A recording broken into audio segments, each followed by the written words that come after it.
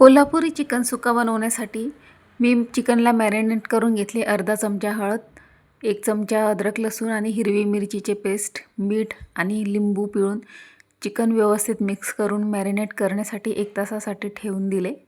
काही खडे मसाले आता मी तव्यात भाजून घेणार आहे. यासाठी मी घेतले आहे दालचिनी, 4-5 लवंग, 4-5 काळे मिरे, 4-5 हिरवी इलायची, चक्री फूल, दगडफूल, 1 चमचा धने, 1 चमचा खसखस, 1 चमचा बडीशोप असा सगळा सुखा मसाला ड्राय रोस्ट करून कमी आचेवर भाजून हा मसाला बारीक करून घेतला. यानंतर याच्यात खोबरं पण बारीक किसलेलं खोबरं घेतलं आहे. सर्व मसाला मिक्सरमध्ये बारीक करून घ्यायचा आहे. यानंतर 4 कांदे लांब लांब शेपमध्ये पातळ असे कट करून घेतले आणि पॅनमध्ये थोडेसे तेल टाकून ते भाजून घेणार आहे. यानंतर याच्यामध्ये 2 टोमॅटो, 2 हिरवी मिरची, 2 लाल मिरची असा सर्व मसाला पॅनमध्ये छान भाजून घेतला.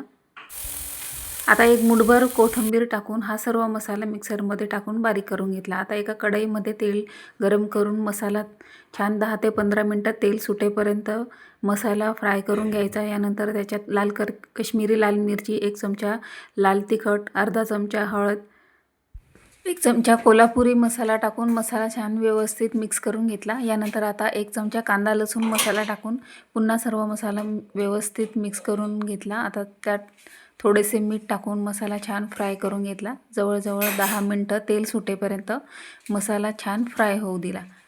आता यामध्ये 1 किलो मॅरिनेट केलेले चिकन टाकून चिकन सर्व व्यवस्थित मिक्स करून घेतलं.